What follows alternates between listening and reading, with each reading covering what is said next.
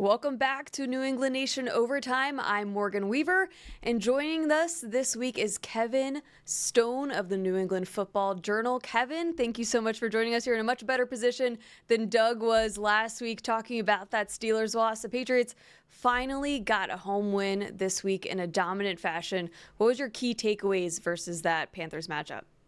Well, Morgan, thank you for having me, first of all. Look, for me, the biggest thing, and I wrote about this on our website last week, they were 3-16 at home coming into that game in the last 2.5 years. So just to leave the fan base with some positivity and feeling good about their Sunday, I thought was the biggest thing. And then, of course, Drake May continues to look like he's ascending and becoming the player everybody thought he might be when they drafted him. So all around a good weekend for them. And again, most importantly, you're now heading out on the road for 3 weeks. So to leave the fan base feeling good about their Sunday afternoon in Foxborough, I thought that was key.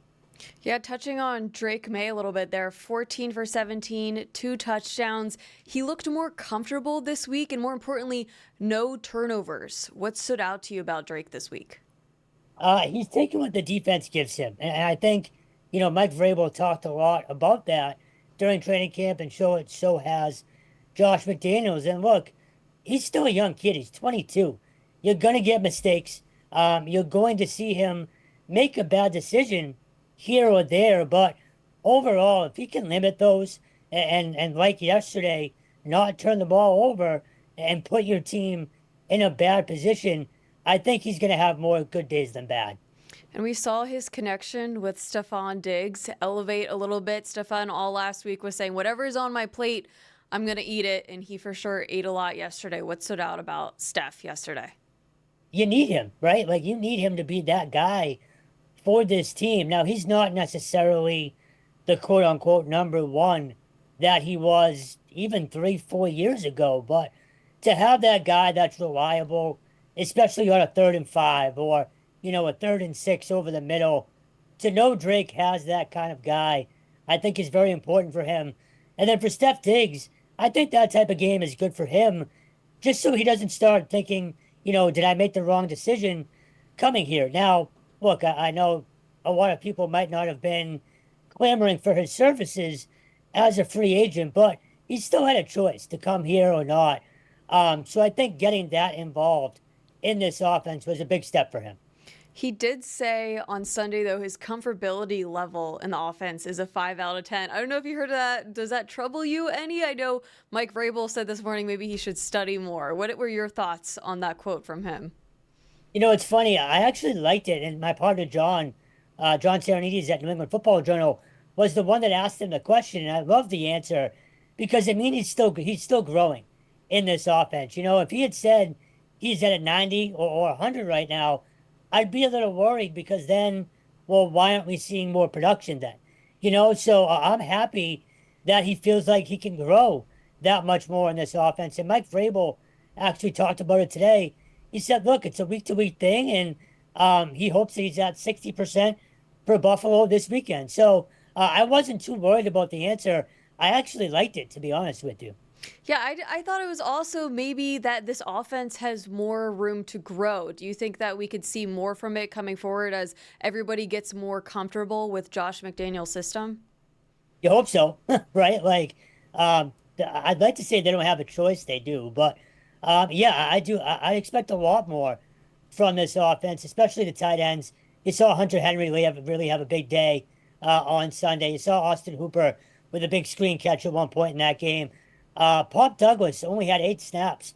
Like, he's still going to be a guy that you do involve at some point.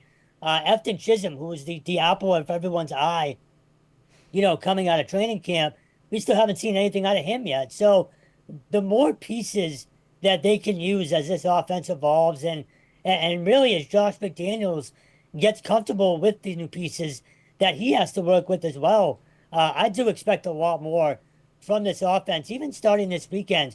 Look, Buffalo is a good team, but their defense is not what they've been the last few years. So, yes, I would expect more from this offense on a week-to-week basis. Guess sticking with the offense a little bit, what did you like out of the O-line? I feel like Drake had a ton of time back there. I know the Panthers defensive front is not the Steelers defensive front or even the Raiders, but he seemed comfortable and had a lot of time to make a decision back there.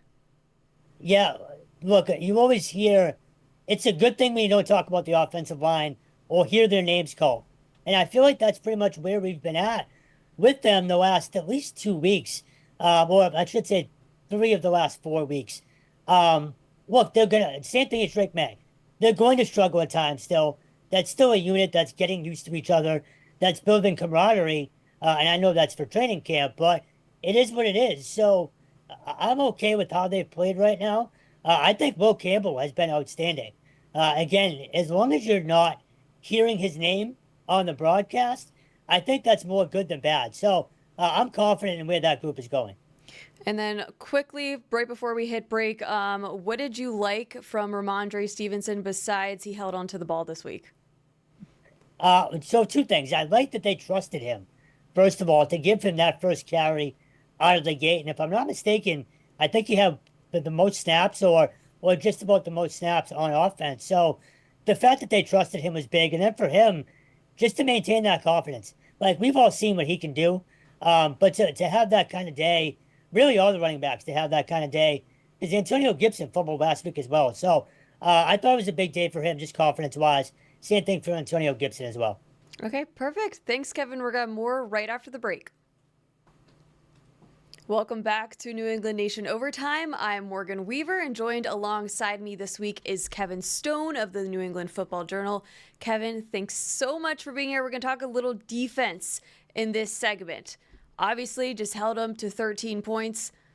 What were they doing well?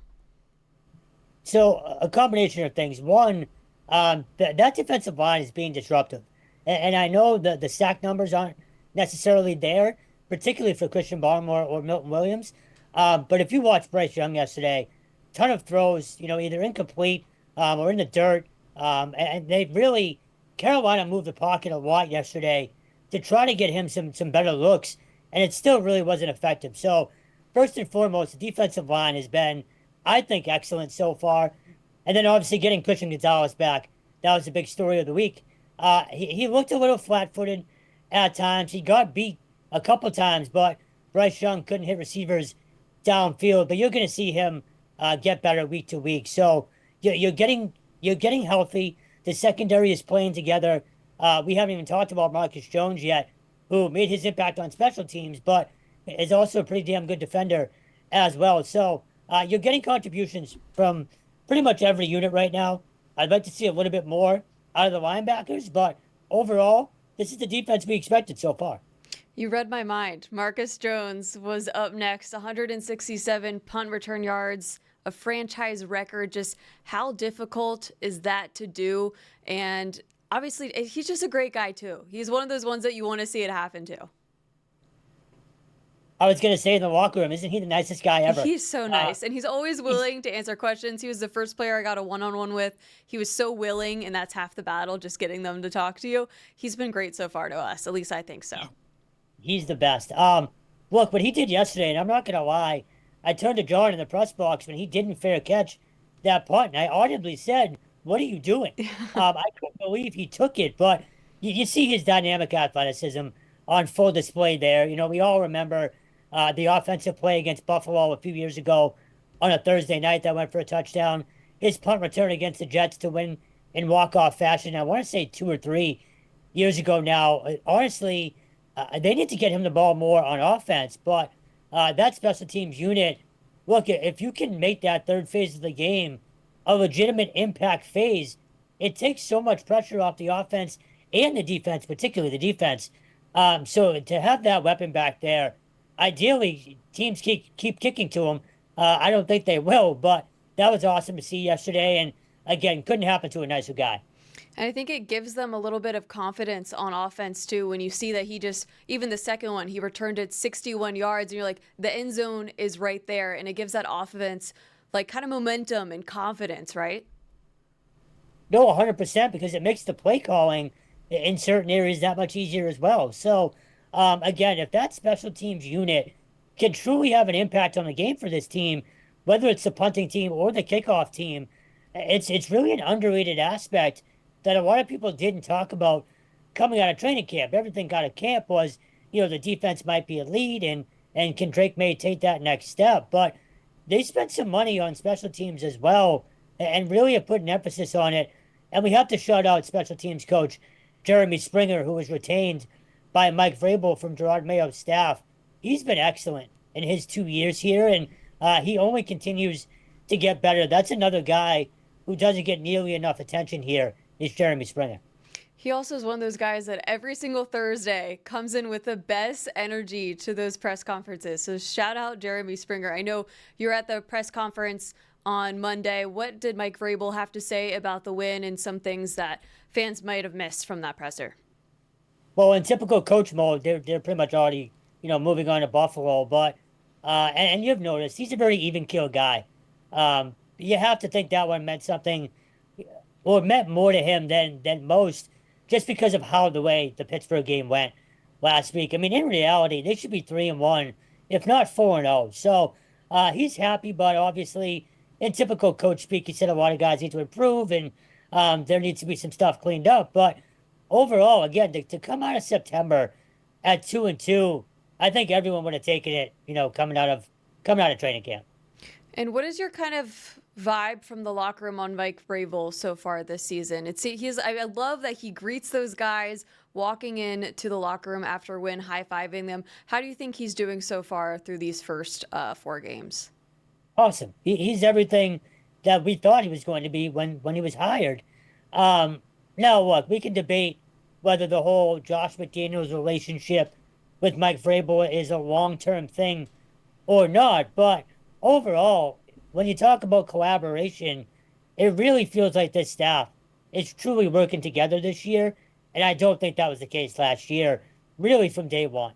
And we haven't even mentioned Terrell Williams yet as well, who obviously we got the unfortunate news last week that he was diagnosed with prostate cancer, and obviously want to wish him well, but that's not easy on the rest of the defensive staff either, because now you have guys in elevated roles where they weren't hired to necessarily do a certain job. So I think as a whole, the staff has been outstanding so far. I think the guys are truly buying in. Again, you're there in the locker room all the time. It's a very tight-knit group already, and you can feel it. So that goes back to coaching and setting the tone early in training camp. So I think he's been outstanding so far. Yeah, obviously wishing Terrell the best with that journey ahead. But how much does that kind of change the defense, and especially against a big game like Buffalo, where those play calls are calling from somebody who doesn't have the experience of Terrell Williams? How does that change the game? So I don't think it changes the game necessarily. We've seen it the last few weeks with Zach Core. I hope I'm saying it right. It's either Kerr or Core. I think it's Core. I was going to say, people say it differently. But I don't think it changes their defense necessarily, but it does change how the preparation goes during the week in terms of who is delegating or who is delegated, what role in meetings or game planning or film watching, whatever it might be. But in terms of the overall structure of the defense, not much has changed. And we've seen it the last 2 weeks. If the offense doesn't fumble the game away last week, that defense held Aaron Rodgers to 139 yards. This week, they dominated the Carolina Panthers. So again, the structure itself, I don't think changes much. It's just sort of the game week preparation that does. Yeah, for sure. Okay, we're going to have one more segment after the break where we're going to preview the Bills. Welcome back to New England Nation Overtime. I'm Morgan Weaver, and Kevin Stone is back with me to discuss the Bills. A very scary opponent at this point in the season. 4-0. I was a little shaky against the Saints, but they still put up over 30 points. Just what have you seen of the Bills so far this season? And what about them, besides almost everything, might they give the Patriots trouble? So, look, they're still the Bills. They're still the class of the AFC East. But for some reason, in my gut, I feel like this game's going to be a lot more competitive than people think right now. So there's a few things here. One, Josh Allen is still the top guy. He's still the guy you need to worry about first and foremost when game planning this week. And of course, James Cook is an elite running back. He might be maybe the most underrated running back in the NFL. That offensive line is still very good, but that defense is not what they've been in years past. There's still some big names there, but again, it's this team is showing some confidence, especially on offense, that makes me think they can at least keep this a competitive game. And one thing that stood out to me last night, we talked about the clip earlier of Mike Vrabel, congratulating guys post game, and in the locker room, he said, "I'm excited for the country." I'm paraphrasing, but I'm excited for the country to watch you guys play next week. And I don't think he says that unless he's genuinely confident that this team is going to go up to Buffalo and maybe not win, but make a statement that this is not the same bad Patriots team we've seen the last 3 years. So you should be a little bit worried. It's still the Bills. They're still one of the best teams in the AFC, but I think this team can keep this very competitive. What are some things that the Patriots are going to need to do that they haven't done this year to be able to beat a team like Buffalo? So the tackling was much better on Sunday. That has to continue against Pittsburgh and against Oakland. Oakland. Wow, I'm dating myself now. Against Las Vegas, it was not good. Obviously, it was ugly, plain and simple. Against Carolina, it was much improved. You got to wrap up. You have to tackle Josh Allen. You have to tackle James Cook in the open field, and you got to get multiple guys to them. It can't just be one or two guys trying to bring them down.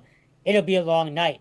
In terms of the receivers, don't necessarily scare me all that much, especially now that you have Christian Gonzalez back. They're still pretty good, but I'm more worried about Josh Allen and James Cook on the ground than I am through the air this week. So tackling number one for me. And then the other thing, too, you got to cut down on the penalties. If you're going to go on the road in a hostile environment and beat a team like Buffalo, you can't make them or give them the game. So cut down the penalties and tackle would be my top two things right now.